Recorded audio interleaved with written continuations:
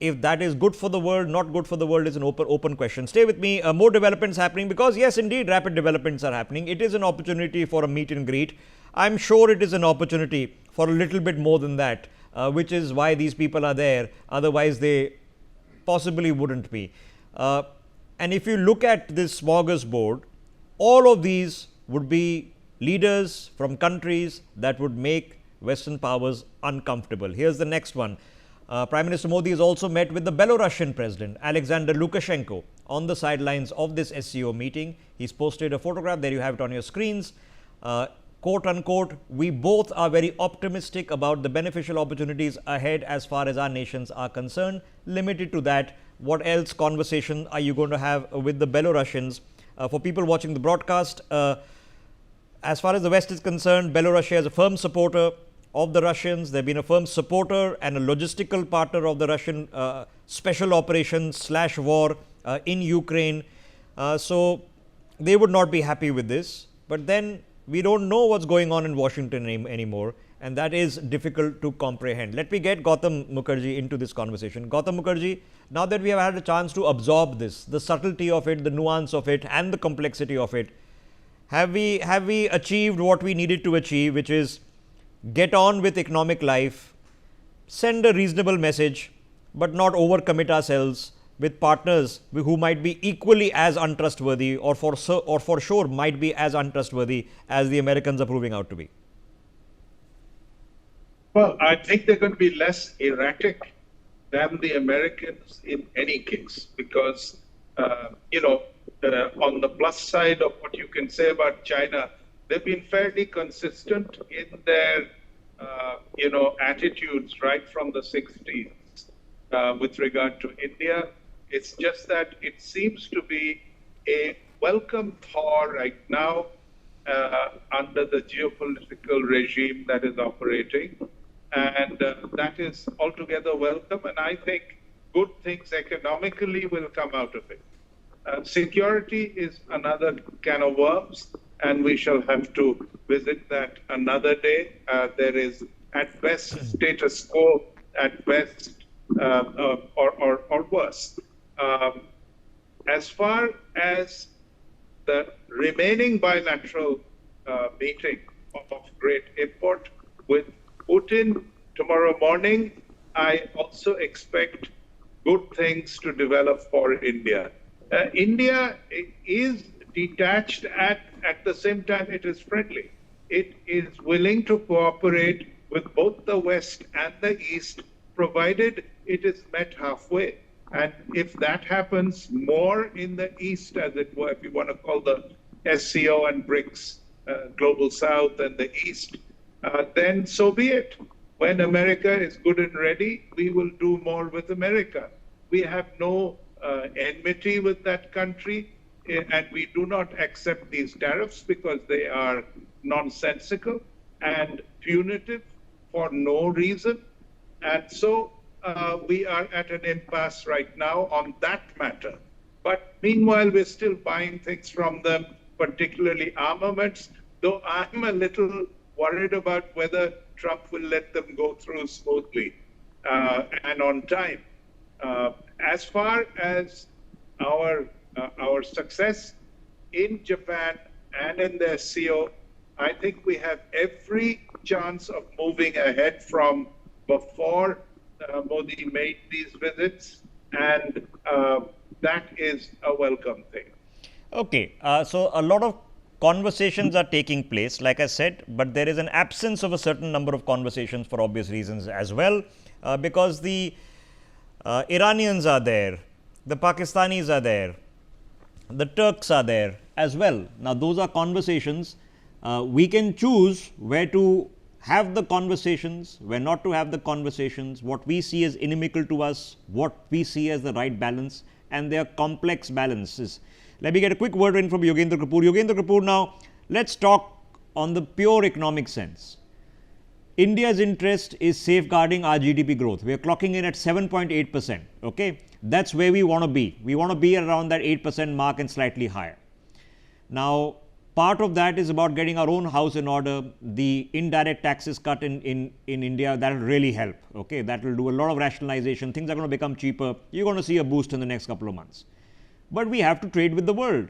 America is our primarily large market. It is the largest trade partner of almost all global countries, but so is China. The value is almost the same now.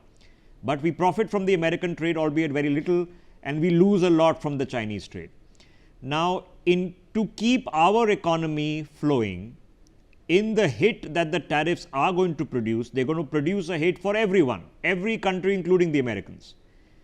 Is it possible to sort of ride through the storm without giving Trump whatever he wants? Absolutely. Rishabh, first of all, I would like to say that the conclusions that can be drawn in today's era is that every country will have to literally take care of its own interests. Second, we don't have permanent enemies or permanent friends in international relations and diplomacy. When it comes to India-China relations going forward, I see that the leaders on both sides, whether it is PM Modi or whether it is President Xi, both talk of peaceful coexistence, as well as at the same time, they also believe in, no expansionism of, the territories into each other. So what I'm trying to say is that, China understands very well that the era of expansion, demographic expansionism is almost over, and it is more and purely about economics that rules the world. So I think I also believe that the more we trade with China going forward at the moment, we understand that yes, there is a trade deficit which is increasing in terms of trade. Our trade among both nations has literally doubled in the last 5 years. But at the same time, it's very important that that this mechanism needs to work cohesively going forward. And so far as India is concerned, I think here I always see that there is an opportunity in every adverse situation. I see government has been working absolutely hard in terms of creation of an ecosystem where we see that the PLI scheme needs to work on ground. Yes, they need to expand the PLI scheme to cover more sectors. At the same time, they need to continuously work on, the improvement of the infrastructure. And we already know that in terms of digitization, India remains one of the fastest growing economies in the world. So what is important going forward is that if we can look at creating a kind of ecosystem where we can invite foreign investment and, those Yes. countries trying to invest in India. Yes, so of course foreign investment helps, and FDI in India over the past couple of decades and in total has crossed $1 trillion. So of course it helps, but India is not short of money. We are not short of money to invest in ourselves. The rate of expansion of India's infrastructure and the massive highway projects, which are costing tens of billions of dollars each, are reflective of that. It's about getting the core high-tech front-end basics sorted. You have to make the semiconductors in India, which we have now started. You'll have to make the lithium batteries in India, for which you will have to find the lithium in India. These things need to be sorted out at a fundamental level. We are working on all of these, but that's going to happen. I'm pretty sure of it. India overtakes now as the third largest economy within a year. So the question is, right now, in the next month or two, is the interruption that is being caused, can we forestall it to the largest possible extent? And let me get Ambassador Sachdev in before I come back to Professor Nalapat. Ambassador Sachdev, now there is a purpose to the diplomacy. It's not just to take nice photographs with each other. The purpose to the diplomacy is that we have an interest, and our interest, as I have delineated, is just to make sure our economic growth engine doesn't get stalled because somebody wants a Nobel Peace Prize. I would say give it to him if that would solve the problem. Give him a Bharat Ratna also. I don't know. But in this diplomacy, do you think there is at least this confluence of interests that the economic engine, global engine, from which everybody benefits, shouldn't get stalled? There is a consensus in India about that. But if there is a consensus in Beijing or in Washington is something that I doubt.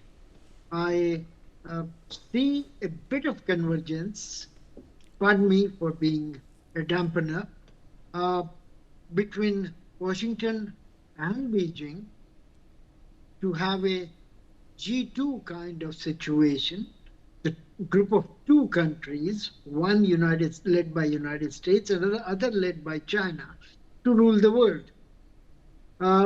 They would both coalesce around not having any other complications, such as India. So China, right from the beginning, make no mistake, doesn't want to brook competition from India. India is the only country in Asia that could compete with China. And Chinese have subtly or not so subtly made sure that this doesn't happen, from Foxconn engineers being returned, from rare earths being denied, APIs being curtailed, and monopolies being uh, sort of created in India for marketing. 90% of some pharmaceutical APIs come from China, for example. Yes. And this situation has been artificially created. They would prop up Bangladesh, Pakistan, elsewhere to keep India busy, confined to South Asia. So the growth rate is fine if it gives China better access to Indian market, and God forbid, trade deficit mushrooms to $200 billion or more. Chinese would not bat an eyelid. Yes. They would simply